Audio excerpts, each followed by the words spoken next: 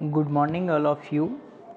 जैसा कि मैं आपको बताना चाहता हूं कि मैं डाइस चैप्टर्स के कुछ कॉन्सेप्ट के बारे में आपके सामने डिस्कस कर रहा हूं। पासा के बारे में मैं डिस्कस कर रहा हूं आपके सामने। तो पासा क्या होता है? पासा एक 3 डायमेंशनल पिक्चर है जिसमें 6 फलक होते हैं। फलक मतलब सरफेस। फलक मतलब क्या? सरफेस। जैसा कि ये जो है ये पासा का सरफेस है, ये एक पासा का सरफेस है, ये सरफेस है। यानी 6 तरह के क्या होते हैं? सरफेस होते हैं। पासा में कितने सतह होते हैं, कितने फलक होते हैं? तो 6 फलक होते हैं, ठीक है ना। पासा में कितने फलक होते हैं मेरे भाई? 6 फलक होते हैं, ठीक है ना।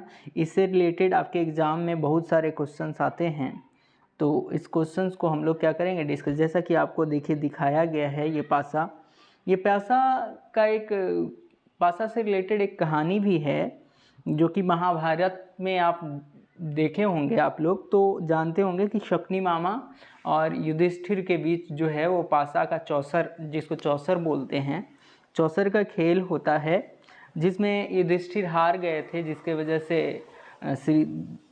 वजह से द्रौपदी का चीरहरण भी हुआ था, ठीक है ना। तो ये उसी टाइप का पासा है, बट ये आपके एग्ज़ाम में इसके कॉन्सेप्ट के आधार पर क्वेश्चंस आता है जो कि आपको करना होता है, ठीक है ना। तो पहले पासा के बारे में जानते हैं। पासा एक 3 डायमेंशनल पिक्चर होता है जिसमें 6 फलक होते हैं। फलक के मतलब आप समझ रहे हो, सरफेस एरिया, जिसको हम टच कर सकते हैं, जिसको हम क्या कर सकते हैं? टच कर सकते हैं, छू सकते हैं, ठीक है ना। ये पासा के क्या हो गए? 6 सरफेस हो गए, ठीक है ना। और इसमें सबसे बड़ी बात ये है कि इसमें 8 कॉर्नर होता है। कॉर्नर मतलब समझ रहे हो ना, ये कॉर्नर है, ये एक कॉर्नर है, इधर एक कॉर्नर है, इधर एक कॉर्नर है। इसी तरीके से इसमें कितने कॉर्नर होते हैं? 8 कॉर्नर होते हैं, ठीक है ना। और इसमें किनारे भी होते हैं। इसके क्या होते हैं? किनारे। किनारे किसको बोलेंगे? ये हो गया किनारा, ये हो गया किनारा, ये किनारा है, ये क्या है? किनारा है। तो किनारे कितने होते हैं मेरे भाई? पासा में 12 किनारा होता है, 6 फलक होता है, 8 कॉर्नर होता है। अब इससे रिलेटेड कुछ कॉन्सेप्ट है जिस पे मैं आपके साथ चर्चा करता हूँ, ठीक है ना। पासा को क्या बोलते हैं? घन भी बोलते हैं, घन को ही पासा बोलते हैं, ठीक है ना। आकार में ऐसा आपको दिखता है जैसे कि आपको पिक्चर्स में दिखाया गया है, ठीक है ना। अब इसके प्रॉपर्टी में क्या है? 8 कॉर्नर होते हैं। देखिए यहाँ पे लिखा हुआ है ना, 8 कॉर्नर होते हैं। किनारे कितने होते हैं? 12 किनारे होते हैं। किनारे को इंग्लिश में एजेज बोलते हैं, ठीक है ना। और 6 फलक होते हैं। फलक, फेसेस, सरफेस, ठीक है ना। सरफेस ये हो गया, जैसे देखिए इस पे ये 6 दिख रहा है, ये सरफेस है। इस पे 5 दिख रहा है, इस पे 1 दिख रहा है, इस पे 3 दिख रहा है। ये सब क्या है? सरफेस है, ठीक है ना। तो 6 सतह होते हैं, ठीक है ना। और यहाँ देखिए हर फलक, हर सतह के 4 आसन्न सतह होते हैं, 4 एडजेसेंट सरफेस होते हैं।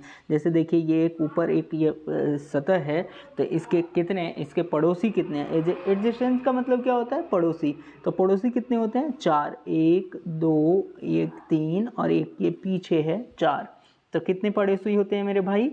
4 पड़ोसी होते हैं। केवल एक ही सतह ही हर सतह के आसन्न नहीं होता, यह सतह विपरीत सतह कहलाती है, ठीक है ना। हर फलक या सतह, फलक और सतह सेम है, कि 4 आसन्न सतह होती है, 4 एडजेसेंट फेसेस होते हैं, जो कि मैंने आपको अभी बताया, ठीक है ना। आगे देखिए विपरीत, अपोजिट सरफेस के बारे में जानेंगे, ठीक है ना। तो अपोजिट सरफेस में विपरीत सतह आसन्न नहीं होती, यानी विपरीत जो है वो कभी पड़ोसी नहीं हो सकता। जैसे देखिए यहाँ पे दिखाया गया है आपको कि ये ऊपर का सतह है, तो इसका विपरीत ये नीचे का सतह, ये दोनों आपस में कभी पड़ोसी नहीं होगा, ठीक है ना। तो सामने का सतह, ये देखिए ये सामने का सतह है, और ये देखिए ये पीछे का सतह है। ये क्या है?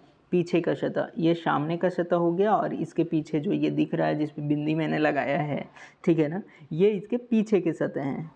कौन सी सतह हैं? पीछे के सतह हैं। तो देखिए ऊपर नीचे, ये ऊपर और ये नीचे हो गया, ठीक है ना। ऊपर नीचे, जिसको इंग्लिश में बोलते हैं टॉप एंड बॉटम, ठीक है ना।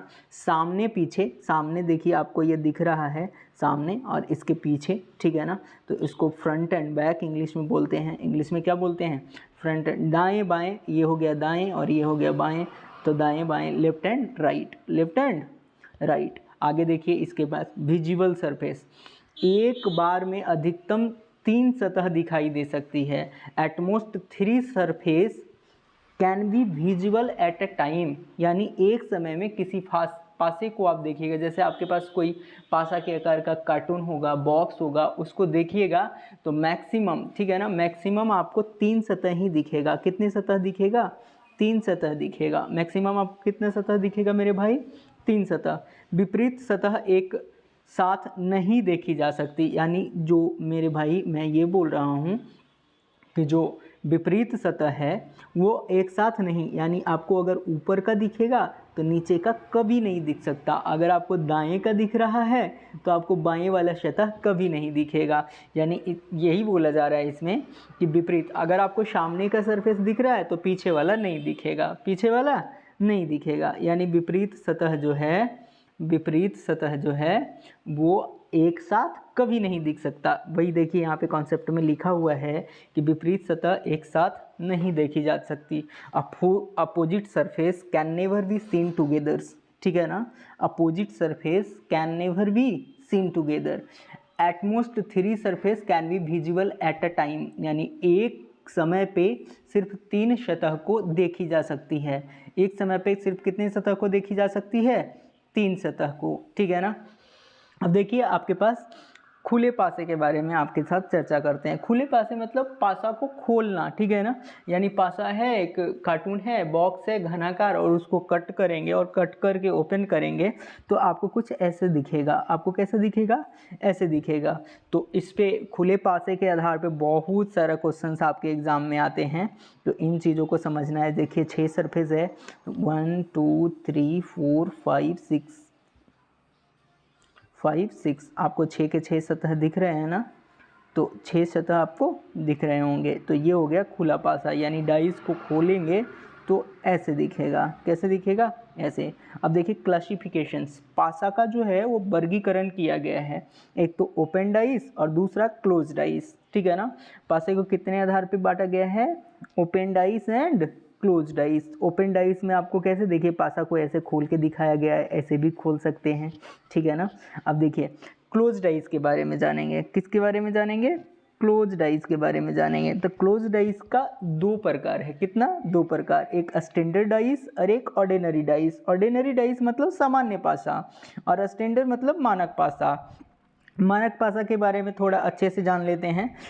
सम ऑफ अपोजिट सरफेस इज 7, यानी इसके विपरीत सतह का योग जो होगा वो क्या होगा? 7 होगा, ठीक है ना। इससे क्वेश्चंस 1-2% इससे क्वेश्चंस आते हैं, बाकी 99% क्वेश्चंस जो है वो ऑर्डिनरी डाइस से आता है। इसमें सिर्फ ये आपको ध्यान रखना है कि इसके सम जो है, इसके जो विपरीत का सम जो है वो 7 होता है। जैसे 1 का अपोजिट 6, ये फिक्स होगा, ठीक है ना। 2 का अपोजिट 5, 2 और 5 कितना होता है? 7, फिक्स है। 3 का अपोजिट 4, यानी 4 और 3 क्या होगा? 7, यानी ये जो चीज़ है वो फिक्स होता है, ठीक है ना। लेकिन ऑर्डिनरी सामान्य पासा में कोई भी चीज़ फिक्स नहीं होता। सामान्य पासा में नो रूल, कोई नियम नहीं है, ठीक है ना। सामान्य पासा में कोई, और इस पासा में जानते हो आपको कोई सिंबल भी मिल सकता है, कोई अंक मिल सकता है, कोई चित्र मिल सकता है, ठीक है ना। तो इसमें कोई रूल नहीं, और आपको इसी के बारे में पढ़ना है अपने एग्जाम में, इसी पे आधारित क्वेश्चंस आते हैं। अब देखिए 3D विजुअल्स में आपको दिखाया गया है कि कैसे कोई पासा है जो कि बंद पासा है। देखिए यहाँ पे क्लोज डाइस है, इसको ओपन करेंगे तो कैसे, ये आपको दिमाग में रखना है। इसलिए मैं देखो डायग्राम में मैं आपको दिखाया हूँ कि पासे को कैसे, देखिए इसको अगर खोलेंगे तो ऐसे दिखेगा। पहले इधर से इसको ओपन कर दिया, इधर से इसको, इधर से इसको, इधर से इसको और इधर से इसको। ओपन करने पे क्या हुआ? ऐसे। देखो इसमें कलर करके भी दिखाया हुआ है, ये बैगनी कलर का है, ये देखिए ये रेड कलर का है और ये ग्रीन कलर का है, ठीक है ना। तो ये दोनों आपस में विपरीत है, ये दोनों विपरीत है, ये दोनों कलर आपस में विपरीत है, ये रेड और रेड क्या है? आपस में विपरीत है। अब इसको पूरा खोल दिया गया, देखिए कैसे दिखेगा? ऐसे दिखेगा। ये कोई ज़रूरी नहीं है कि ऐसे, कोई अगर इसमें छेड़खानी करे तो अलग तरीक़ा से भी कट कर सकता है। ये कोई ज़रूरी नहीं है कि ऐसे, उसको देखिए ऐसे भी खोल सकते हैं। तो पासा बंद पासा को खोलेंगे तो कैसे दिखेगा, ऐसे दिखेगा। इस पे आधारित बहुत सारा क्वेश्चंस आता है आपके एग्जाम में, ठीक है ना। देखिए अब ओपन डाइस को बंद करेंगे तो कैसे दिखेगा। देखिए यहाँ पे एक खुला पासा है, देखिए इस सरफेस को क्या मोड़ा गया है, ऐसे, ठीक है ना। इस सरफेस को कैसे मोड़ा गया है, ऐसे मोड़ा गया है। इस सरफेस को कैसे, ऐसे। और इसको जब बंद करेंगे तो कैसे दिखेगा मेरे भाई, ऐसे दिखेगा, ठीक है ना। कैसे दिखेगा, ऐसे दिखेगा। अब देखिए अब रूल्स हैं, अब रूल्स के बारे में जानेंगे कि पासा के क्या है, रूल्स है कुछ। तो नियम 1, ठीक है ना, रूल 1 देखेंगे। एक सतह समान हो, if one of the number is common in both the dice, when two dice have the same surface, then the remaining surface of both dice are both dice are opposite to each other. Examples में आपको दिखाई दे, जैसे देखिए एक पासे को 2 बार फेंका गया तो जिसमें 2 स्थितियां आई, पहला ये, दूसरा ये। कितने स्थिति आई मेरे भाई, 2 स्थिति आई, ठीक है ना। और दोनों स्थिति में यहाँ पे देखिए एक सतह समान हो, क्या लिखा हुआ है, एक सतह समान, यानी एक सतह ये देखिए और ये जो है सरफेस, यानी एक पासा को फेंके तो दोनों 2 बार फेंके एक पासा को, जिसमें कि एक सतह क्या आया, समान आया। यहाँ पे 4 और 4 जो है क्या है, समान है, कॉमन है, ठीक है ना।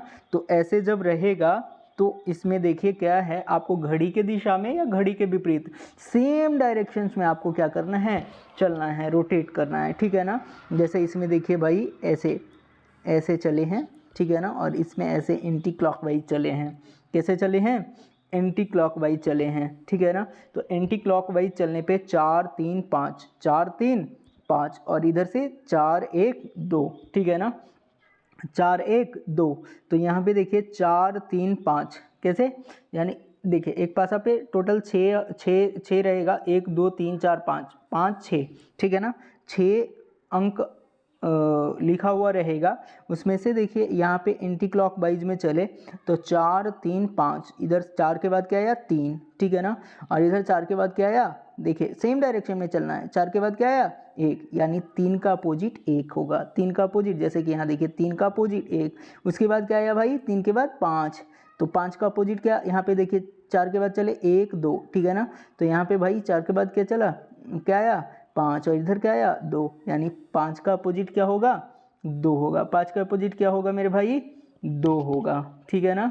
इसी तरीके से अगर मैं इस साइड से रोटेट करूं, यानी क्लॉकवाइज रोटेट करूं, तो क्या आएगा, 4 5 3, इधर क्या आएगा 4 2 1, यानी यहाँ से भी देखिए 4 के बाद 2 आया, 4 के बाद 2, ठीक है ना। इधर 4 के बाद क्या आया 5, यानी 2 का अपोजिट 5, ठीक है ना। तो इससे मतलब आपको ये जानना है कि रोटेशन जो है दोनों डाइस में सेम रोटेशन होना चाहिए, यानी एक में अगर क्लॉकवाइज चल रहे हैं तो दूसरे डाइस में भी क्लॉकवाइज ही चलेंगे, एंटी क्लॉकवाइज आपको नहीं चलना है। दोनों डाइस में सेम रोटेशन, ये रूल फर्स्ट है जिसमें एक पासा को 2 बार फेंका गया और एक एक सरफेस सेम है, एक एक सरफेस सेम है। तो आपको कुछ नहीं है, उस सेम सरफेस को पकड़ करके सेम डायरेक्शंस में रोटेशन करना है, या तो क्लॉकवाइज में या एंटी क्लॉकवाइज में, जिससे आपको क्या पता चलेगा। ये देखिए यहाँ पे अपोजिट आया, ठीक है ना। तो 3 का अपोजिट 1 और 5 का अपोजिट 2, तो देखिए यहाँ पे कितना भाई आ गया, 3 1 3 1 5 2, और बचा क्या 4, और एक अंक बच गया, वो कौन सा बचा 6। तो ये 4 का अपोजिट क्या हो जाएगा, 6 हो जाएगा, 4 का अपोजिट 6 हो जाएगा। दोनों टाइप से आप अगर रोटेशंस करिएगा तो सेम रोटेशंस, ध्यान ये रखना है कि रोटेशन का डायरेक्शन सेम होना चाहिए, या तो क्लॉकवाइज होना चाहिए या एंटी क्लॉकवाइज होना चाहिए, या एंटी क्लॉकवाइज होना चाहिए। ये रूल फर्स्ट था, रूल क्या था, फर्स्ट था, ठीक है ना। अब देखिए, अब रूल थर्ड देखेंगे, रूल क्या देखेंगे, थर्ड देखेंगे, ठीक है ना। जब 2 समान सतह हो, जब क्या हो, 2 समान सतह हो तो एक दूसरे के विपरीत, जब 2 समान सतह हो तो बची हुई सतह एक दूसरे के विपरीत होनी है। जब 2 समान सतह हो तो बची हुई सतह जो होगी, जैसे देखिए ये में इसमें 2 और 6, इसमें देखिए 2 और 6 ये दोनों कॉमन हैं, तो 5 के विपरीत क्या होगा 3। देखिए 5 के विपरीत क्या होगा 3 होगा। 5 के विपरीत क्या होगा मेरे भाई 3 होगा। 5 के विपरीत क्या होगा 3 होगा। यहाँ पे जैसा कि लिखा हुआ है 5 के विपरीत क्या होगा 3 होगा।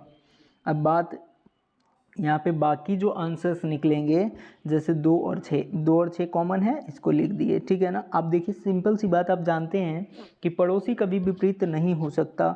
तो 2 का पड़ोसी कौन कौन है 2 का पड़ोसी कौन कौन है, देखिए 2 का पड़ोसी 5 है, 6 है और 2 का पड़ोसी क्या है इधर इस पासे में 3 है, यानी 5 6 3। ये जो है 5 6 और 3 जो है ये कभी 2 का पड़ोसी नहीं हो सकता।